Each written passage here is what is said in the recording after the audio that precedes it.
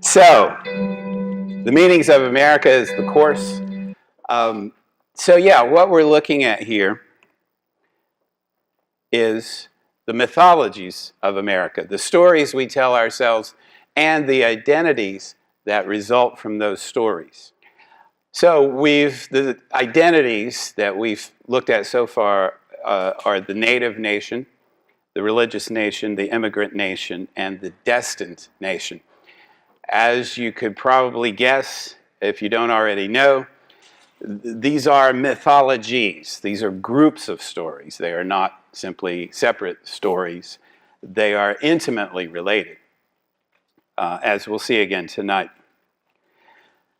I think you know this myth. I think you live this myth in various ways. The myth of the self-reliant American.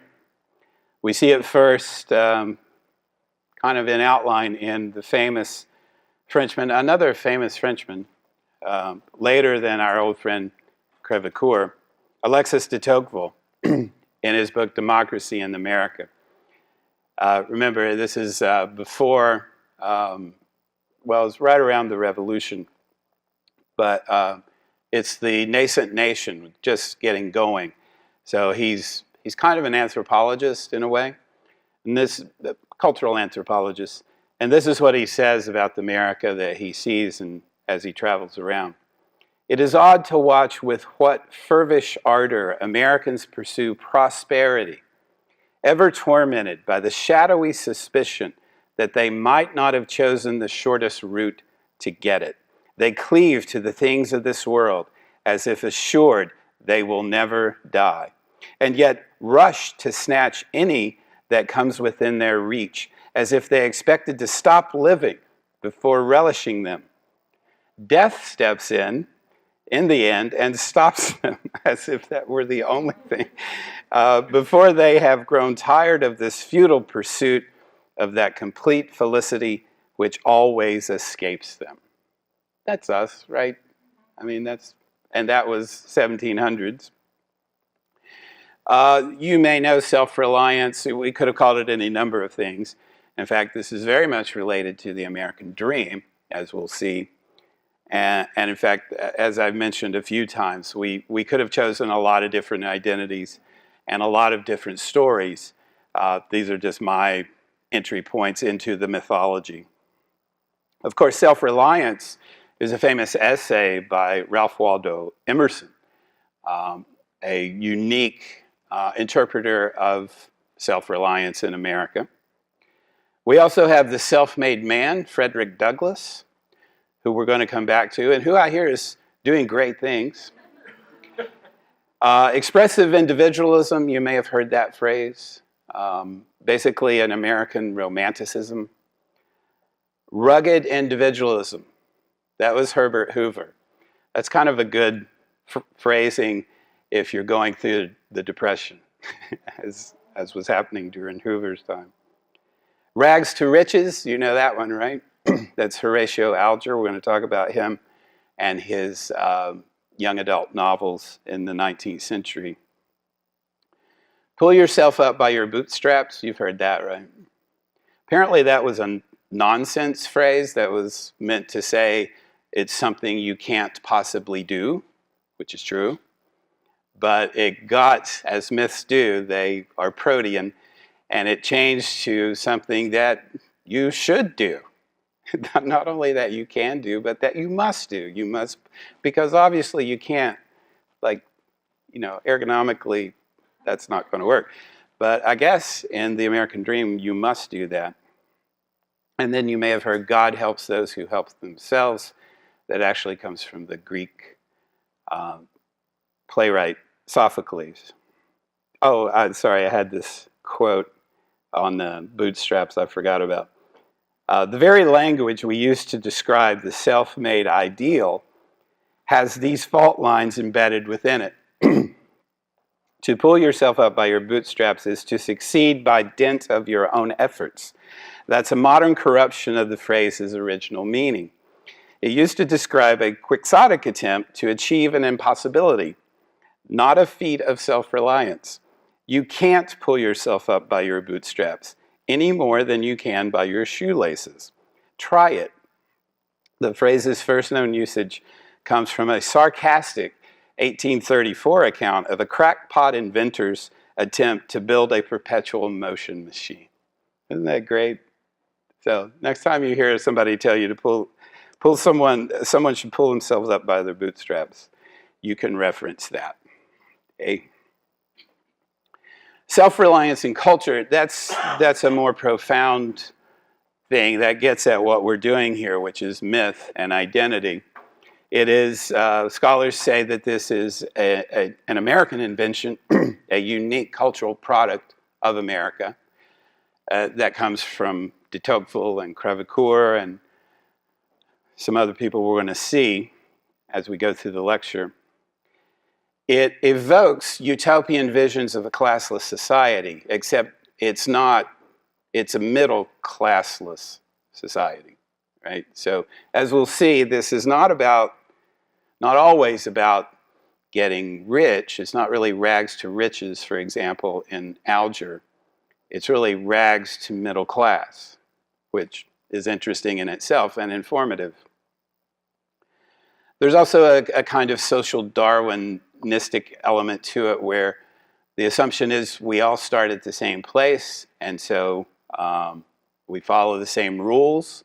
And so if you didn't make it as far down the road as I did, well, that's on you. Yeah, well, your point, I don't know if you've been reading American cultural criticism, but you just beautifully evoked some criticism of the social Darwin idea in American culture. It's not fittest. It doesn't end up being fittest. Maybe it never was about that. It becomes about excess. Greed, exactly, which is not an evolutionary trait. You can't accumulate too much to eat. What's the evolutionary value in that?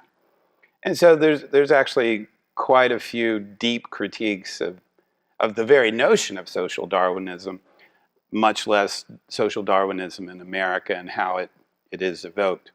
It is a lazy kind of mythology. You like that? Let's remember our old friend Roland Barthes, the French critic who was killed by a laundry truck walking on the streets of Paris. I say that because he would appreciate that. Who said in his little book Mythologies, he said, myth transforms history into nature. Myth takes what has happened and made it inevitable.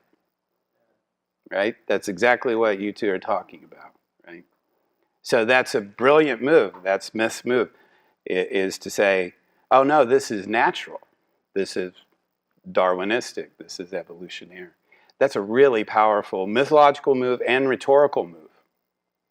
And so, for example, you've got, I don't know a lot about this, but see, Charles Murray, that guy who's done some science on African Americans being intellectually inferior, that guy's still around, you know, saying this. And I guess it's because it sure works. This myth is really powerful, that we're all, you know, if we're surviving or thriving, it's because we're the fittest and the best. Of course, that fits beautifully with notions of aristocracy already. The powerful love myth, because it justifies their position. The non-powerful love myth, too, because it gives them an ideal for action. Marx was especially good at critiquing this, right? Sorry. Where, you know, he says, isn't it interesting that the wealthy, the bourgeoisie, give you nothing or little and take the product of your labor because they own the means of production. And you don't get much now, but they're going to promise you something in the end in heaven. Well, that's a good business deal, right? Marx would say. Sure, pay me now. I'll give you later what's your due. There are other critiques of the self-reliance myth. It is anti-Christian. I mean, Jesus did not preach self-reliance.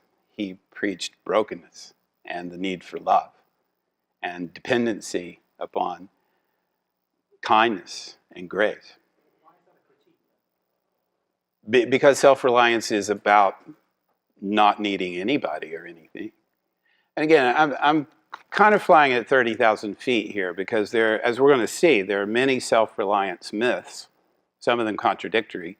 There are many Christian myths. So the version of Christianity I gave you was based on Jesus. There's another version of Christianity based on Paul, or a version of Christianity based on Calvin in particular, that's very different from that. Max Weber talked about, wrote about the Protestant ethic and the spirit of capitalism. So the people found ways to merge Christianity and capitalism, and still have. So I'm just giving you some big picture stuff before we delve into it. Happiness, the self-reliance story, well, we're going to see. It was always about, it's kind of first about prosperity, you know? And only with Emerson and Thoreau does it become something internal and spiritual and reflective and contemplative. So it's kind of always been about prosperity. And, you know, does happiness equal prosperity? I don't know. Anybody prosperous here want to comment on that? There are contradictory qualities in the self-reliance myth. That's fine. That's what myth does. That's why myth isn't, that's why it's not logos. It's not rational. Because if it were rational, you'd have to deal with these contradictions. But myth is a way to overcome the contradictions. So it's about self-denial. The self-reliance myth is about self-denial. Well, we're going to see in the next slide with Benjamin Franklin. It's about delaying gratification. It's about being industrious. It's about being sober and measured in everything. And in exchange for that self-denial, you get self-reliance. It's a contradiction. That's what I'm saying. It's a contradiction. Don't shake your head at me. It's about self-realization and self-denial. Okay. And it's blatantly about self-interest. So there are these inherent structural contradictions here. I think this is the deepest critique, is that there's no communal element here. It's you alone in the world making your way. It's very attractive, it's very seductive, but it's also impossible, right? I mean, you can't make your way alone. So, this is where it starts. Benjamin Franklin. He's been called by scholars I think it was some 19th century writer called him Homo Americanus. The American species, right? The American exemplar. He was called the model representative of the American dream. Those are his dates. And a liberal capitalist hero. So understand when we're talking about liberal in the 18th century, we're talking about democratic notions, democratic rights and freedoms, self-expression, self-determination, etc. Poor Richard's Almanac and then later his autobiography were among the best sellers of the century and are still pretty good sellers, I think. Do you remember this maybe from school, Poor Richard's Almanac? It's basically just like, you know, penny saved is a penny earned, that kind of stuff. It's about, and the autobiography is about how to rise, this is from the autobiography, how to rise from obscurity to some degree of reputation in the world. Right? I mean, we live out that myth a little bit, maybe. Not that we want national or international reputations, but we'd like to be known where we work, or maybe, I don't know. So Franklin, remember, is the exemplar. He's the one people point to as the ultimate self-reliant American. How do you do that? Through industry and frugality.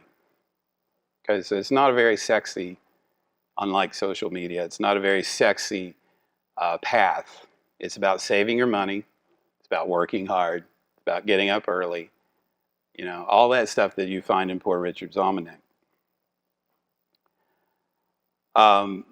So yeah, and again, this is uniquely American individualism and free will against what Franklin saw as a deterministic social order. Remember, the new America had just been born from Europe, and so Europe laced and laden with aristocracy and religion. And so you've got this new geographical space because you don't see the people who are there, but you've also got this new imaginative space, and that's where the self-reliant American comes in, is that we don't have a social order at this point. I mean, we do, but in the imaginative space, you're free to become whatever you want. Remember Crevecoeur and de Tocqueville, who were like, this is amazing, because they're Europeans, and they're like, oh my God, there's this land, and then there's this imaginative space in which to recreate yourself. Franklin does that uniquely, and then becomes a role model. There's it's supposed to be Protestant religiosity. There's a little Freudian slip. Protest plus a Calvinist work ethic equals a capitalism that offers individual and national wealth. That's the formula, right? I think we know that formula and try to live by it. As you know, a vague Protestantism, if need be, because you need a little religion to succeed. You've got to have that to be successful in America. I mean, would we ever have an atheist president? I don't know. Doubtful. But you've also got to work hard. And it's more than that. You've got to show that you're working hard, right? So you can't go home at night and work really hard in secret. It has to be a public presentation of your work ethic, right? That comes right out of the Puritans, right? Where we're watching and we want to see these good works. So Protestant ethics, spirit of capitalism, Max Weber. All right. So now we're at the point where we have a myth that has been promulgated through literature in the 19th century. And one of the most famous ones was Horatio Alger, 1832 to 1899, his Rags to Riches books. That one's called The Student and the Schoolmate. Student and Schoolmate. An illustrated monthly for all our boys and girls. Because if you want a mythology to take root, you give it to the children. They're more open to it.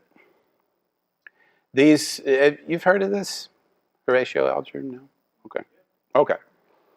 The characters are always impoverished boys with single mothers who, through hard work and virtue, achieve wealth and respect, except that's not quite right. They achieve wealth compared to where they start. There's always a helper figure, as in The Hero's Journey by Joseph Campbell. There's always a kind of mentor who comes along, who is himself, always him, wealthy or at least successful, and teaches the young boy how to get to where he is. Think the inversion of this in Wall Street with Gordon Gekko. These books were very welcome because they countered the bad boy books of Twain, for example, where Huck Finn is not a good boy, right? In fact, Huck Finn is the anti-hero because if you remember, he says in what I think is the central scene of The Adventures of Huckleberry Finn is where he's on the raft and he has to turn Jim in or not, Jim the slave he's escaped with, and he's like, all right, I'll go to hell. I'm not going to turn my friend in to the slave hunters. I'll go to hell. So Alger's the opposite of that. He's like, no, we want to keep you in this lane, and if you stay in this lane, then you will become successful, which means some wealth. This fell out of favor. There were actually some parodies of Alger, but it reemerged during the Cold War. So 50s, especially, early 20th century and into the 50s, where things feel like they're getting out of hand again. And so we have this story of how to stay on the straight and narrow and what it'll get you. There's often some sort of magical outside assistance or just pure luck. Again, we like that in our films. Like I said, it's never really riches. It's middle class. It's achievement to the middle class. Heike Paul, in her book, Myths That Made America, says this. I like this. As part dream, part fantasy, and part prophecy, the foundational myth of the self-made man seems to be powerful enough to defy the overwhelming evidence of its own baselessness. In other words, this story doesn't really get acted out. Maybe in a few cases, but that's not the story. It's the ideal, it's the story that, it's the myth that functions in the sociological function to say, here's your place and here's your behaviors, if you want to be a part of this group. Now, when I think of the self-reliant myth, I always think of Emerson and I always think of transcendentalism. So Emerson and Thoreau especially, that's Margaret Fuller, by the way. Let's put her in there because she's a transcendentalist, but nobody really talks about her that much. So hi, Margaret. But yeah, it's Emerson who brands this. And again, 19th century. So the 19th century is a really interesting cauldron of mythologies competing for prominence. He's going to go the opposite way from Franklin.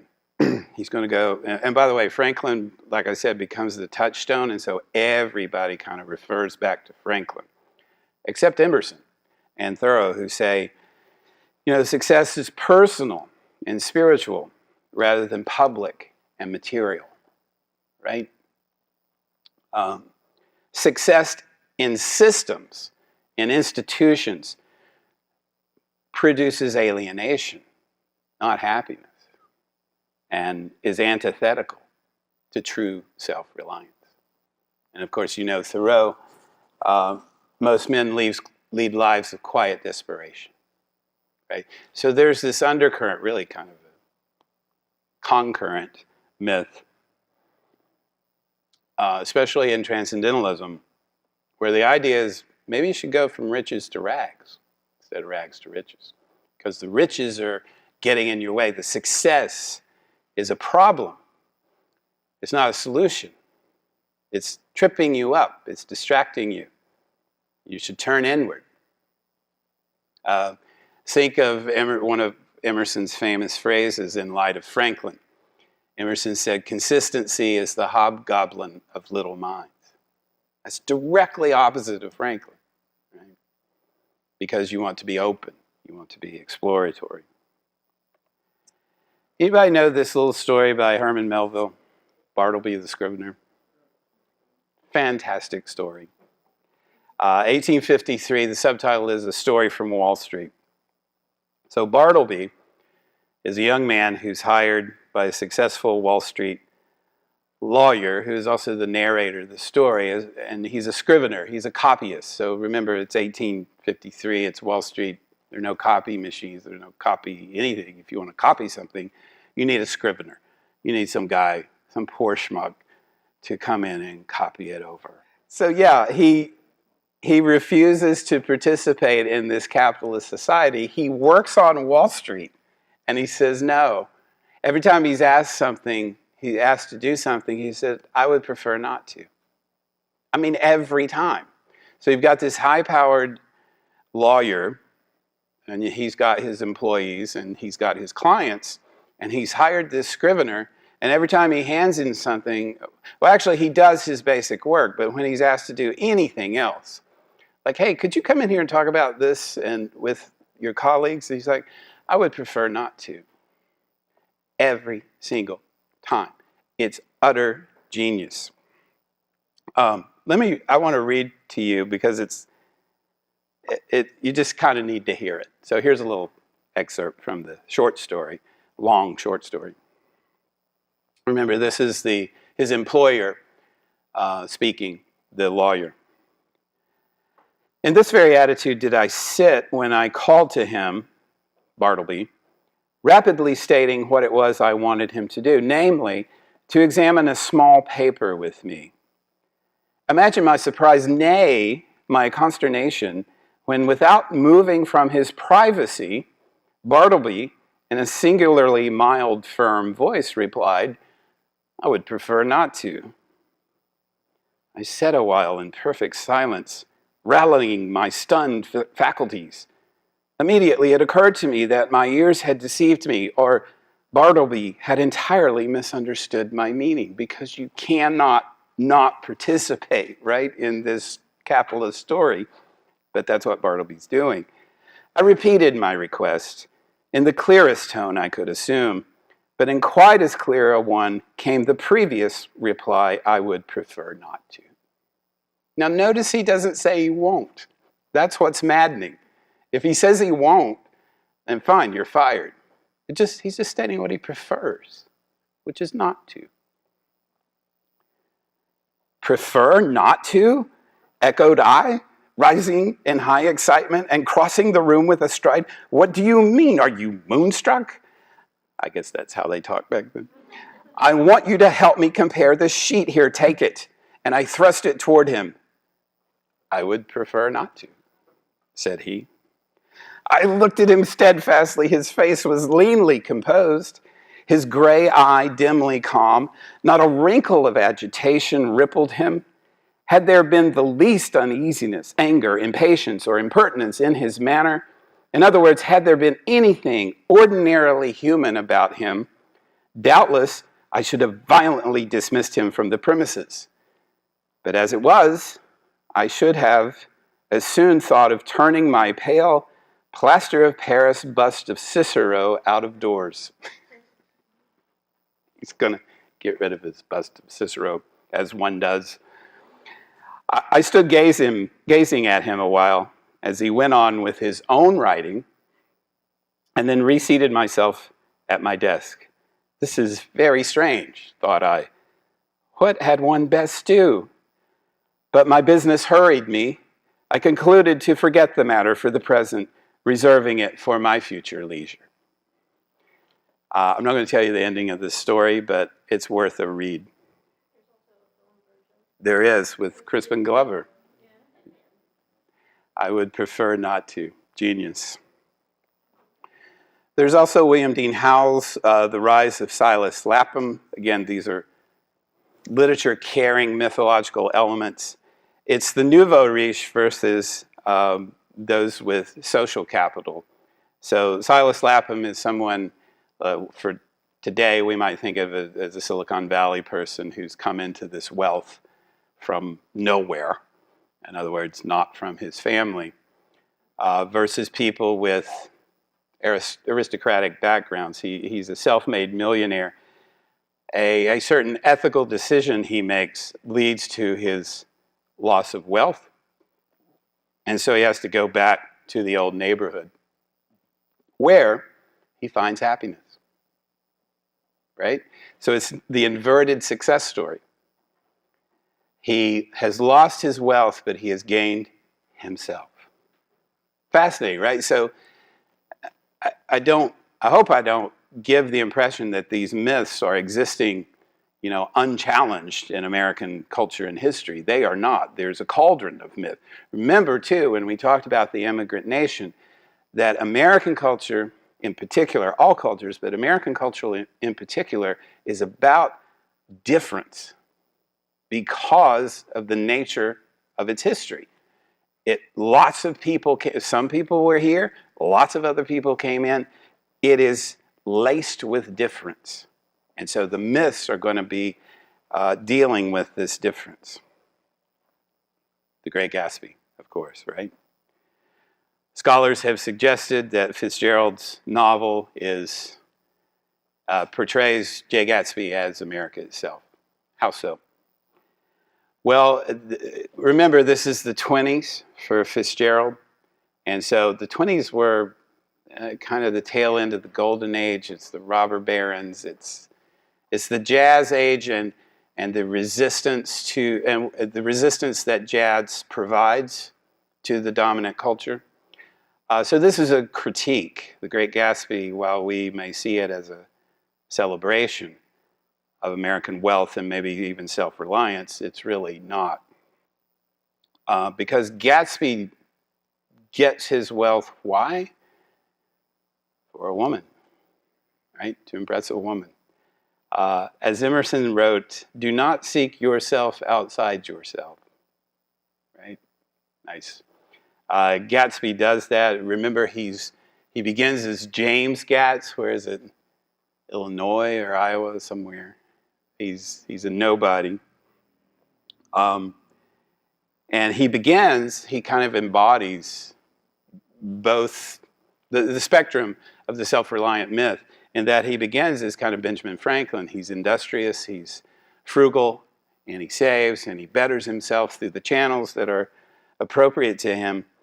But then, the schedule in general resolves is a phrase Franklin uses. You schedule your life and you make resolutions. He does all that, but then it doesn't work. In fact, it ends tragically. Here's a passage from The Great Gatsby. James Gatz, that was really, or at least legally, his name. He changes his name. He had changed it at the age of 17 and at the specific moment that witnessed the beginning of his career. I supposed he'd had the name ready for a long time, even then. His parents were shiftless and unsuccessful farm people. Remember how far we've come. For Jefferson and Crevecoeur, the farmer was the model. Now, farmers are like, in 1920, you're a farmer? His imagination had never really accepted them as his parents at all. The truth was that Jay Gatsby of West Egg, Long Island, sprang from his Platonic conception of himself. Genius. He was a son of God, a phrase which, if it means anything, means just that. So he invented just the sort of Jay Gatsby that a 17-year-old boy would be likely to invent. And to his conception, he was faithful to the end. All right. The salesman, right? What a great image for America, the salesman. I don't think you have that in the UK, do you? You don't have salesman as part of your mythology, right? Right, or on the continent. In America, we have salesmen. We know our friend Willie Loman from The Death of the Salesman, Arthur Miller's play. We know it from Glenn Ross, the most brutal depiction of sales probably in the history of American film. Put that coffee down. Coffee is for closers. The salesman, interestingly, the research suggests that the salesman fills the gaps left by the church and the aristocracy. So you don't have the authority of the church anymore. You have many churches dispersed. You don't have the authority of the aristocracy who own the land.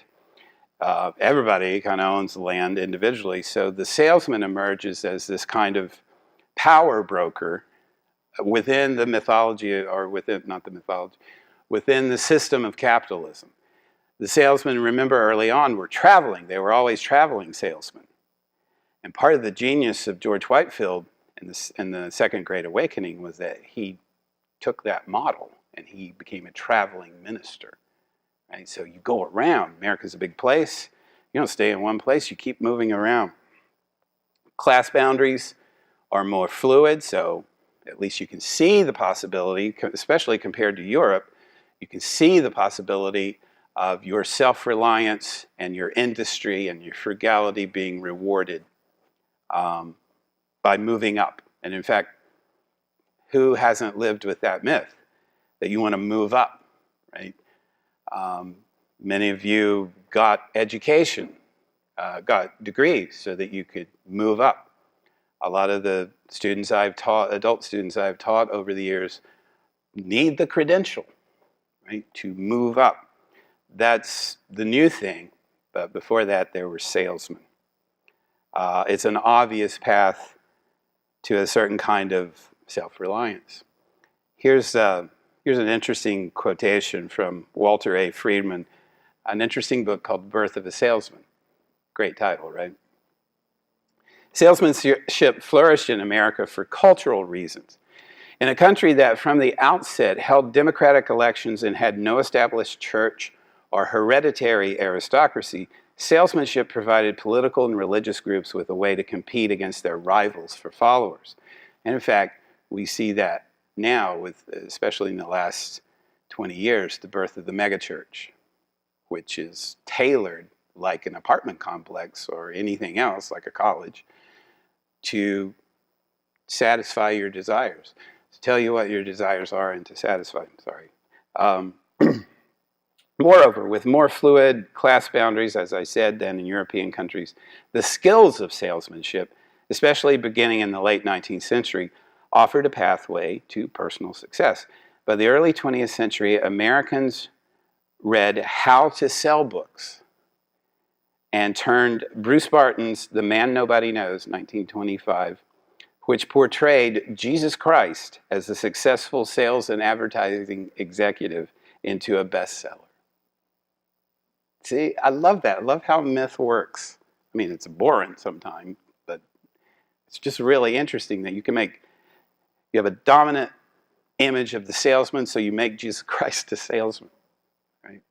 Myth transforms history into nature. Myth is also stolen language. Sorry, I got to stop interrupting my quotes. Books on salesmanship skills still sell well today. This must have been written before the last election. Art of the Deal. Dale Carnegie's How to Win Friends and Influence People, published 1937, remains one of the most popular of these books and draws in parts on lessons the author learned working as a salesman. All right, wrapping up. We do have immigrant success stories, and Heike Paul in her book categorizes them in 4 ways, and she uses a lot of different literature that I wasn't familiar with, so I'm just going to read her account of immigrant success stories. So, here's the thing. If you have a myth, it's hard. You can keep people from going to school with each other, but it's hard to keep them from believing a myth and acting on a myth. So she says there's the happy ending for the immigrant story, which is basically just where the immigrant comes in and fulfills the myth. There's the upward mobility with great loss. So the immigrant may follow the path but lose something important in the process. There's the other side of success. The immigrant may achieve some modicum of success, but the losses are greater than the gains. And then, my favorite, they're just other self-reliant stories that don't follow this pattern. Let me read you what she says, because she can explain it better than I. The 4 different success patterns that we can detect in representations of the immigrant experience cover a broad spectrum of responses to the myth of the self-made man. Affirmative ones that tend to mimic older rags to riches narratives, all right. Mildly affirmative ones that often substitute material gain with non-material notions of success, all right. Highly critical ones that mostly focus on failure rather than success, and mildly critical ones that sidestep the legal framework of the success myth but champion material success nonetheless. In all of these versions, the self-made man appears as more or less contested prototype of American entrepreneurship. Again, the self-reliance is really an economic myth, whereas social stratification and systemic inequality are more systematically addressed only selectively by writers and critics who are invested in a socialist agenda that often does not stop at national borders, etc. African American narratives. Interesting. Yes? Who? The quote? Heike, H-E-I-K-E. Paul, and her book is called Myths That Made America. It's free on Google Play. Yeah. Interestingly, if you have a myth out there, you can't control it. And so people can appropriate it at will, including people that the myth was designed to exclude, or either implicitly or explicitly. So we do have African American self-reliant myths, slave narratives. This really appears in slave narratives. Frederick Douglass, who again is doing great things, his little book called Trials and Triumphs. Here's what he said. I have sometimes been credited with having been the architect of my own fortune, and I have pretty generally received the title of self-made man. And while I cannot altogether disclaim this title, when I look back over the facts of my life and consider the helpful influences exerted upon me by friends more fortunately born and educated than myself, I'm compelled to give them at least equal measure of credit with myself for the success which has attended me, my labors in life. Isn't that interesting? Now, here's a man who is a slave and has possibly more right to the self-reliant myth than anyone, because he began not at the same place as everybody else, but in the whole. And yet he says it wasn't just me. I needed lots of help. And this is not him being diffident, shy, or deferring. He pulls upon Benjamin Franklin throughout this text. He's all about Benjamin Franklin as, you know, the original self-reliant man. But he's going to turn it and say it's more communal. Interesting. Booker T. Washington does the same thing in his book, Up from Slavery. Up from slavery? Yes, but I needed a lot of help. Interesting. And then, of course, President Obama. You may remember this speech. I hear all this, you know, well, this is class warfare, this is whatever. No, there is nobody in this country who got rich on his own. Nobody. You built a factory out there, good for you, but I want to be clear. You moved your goods to market on the roads the rest of us paid for. You hired workers, the rest of us paid to educate. You were safe in your factory because of police forces and fire forces that the rest of us paid for. You didn't have to worry that marauding bands would come and seize everything at your factory and hire someone to protect against this because of the work the rest of us did. Now look, you built a factory and it turned into something terrific. Great idea. God bless. Keep a big hunk of it. But part of the underlying social contract is you take a hunk of that and pay forward for the next kid who comes along. Maybe that's not so surprising, you know, because it's kind of obvious, right? Is that, especially maybe if you've come up from slavery or if you've grown up a minority in this country, you know that you need help. There's no real opportunity to make it on your own when the forces are arrayed against you like that. Now, this is the self-made woman. All right. I want you all to think about the self-made woman and help us understand it. It's really about a self-made outward appearance in the mythology, right? So is there a successful woman who's not beautiful according to society standards? Maybe, but not as likely. There's a scholar named Ann Douglas who calls this sentimental culture, the Victorian era in America, where she says this. I really think this is interesting. Sentimental culture. Women were both the stewards and the prisoners of sentimental culture. Theoretically reduced affect and relegated to the domestic space, women oversaw the cultural role of their own social and ontological captivity. Sorry, it's a little dense. Which provided the moral rationale for an increasingly economically competitive society. It's about domesticity, right? And that being the sphere of influence for women, but also a market, right? A market to sell to. Right, and Douglas calls, actually the book is called Consuming Angels, right? So you're an angel, you're in your domestic sphere, stay there, take care of your husband, take care of your family, but do I have a product for you? You know this, right? I mean, I'm not a woman, but I recognize this, right, in the marketing. Also, self-making for women in America has often been dependent, well, I think always been dependent upon men. In other words, you can't separate yourself from male roles as you get to self-reliance, so it's not really self-reliance. And of course, marriage sanctions your self-making. If you're of a certain age and unmarried, you may feel this pressure, right, to enter that institution for some kind of approval of your being. And of course, the way to, like the most obvious example of this is Miss America pageant, where beauty is the currency of self-making, right? And so we celebrate that as an American ritual for women, right? Which is not really for women, it's really for men, I think.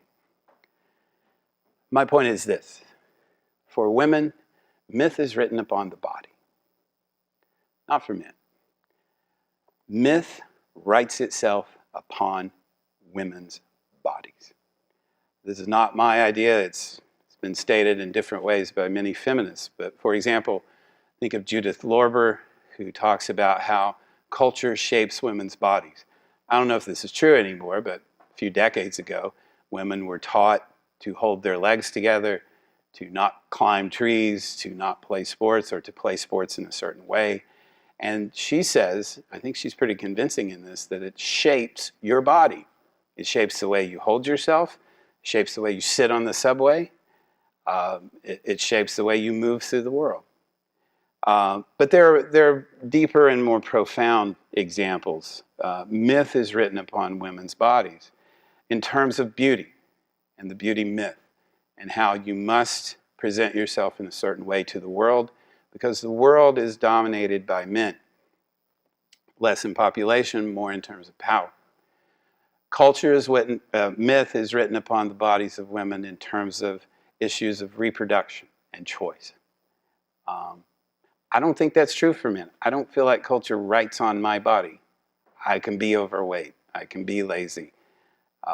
My body is kind of irrelevant to my self-making.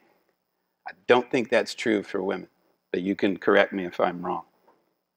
So, the Self-Reliant Nation, related to and based on the Chosen Nation, right? Primarily economic. Maybe that's not a big deal for you, but I still have trouble because I always think of Emerson, but it's actually, in most instances, economic. But there are deep critiques to this myth, as there are to the others, that are both spiritual and social in nature. Emerson, certain forms of Christianity. The self-reliant American is uniquely white and male.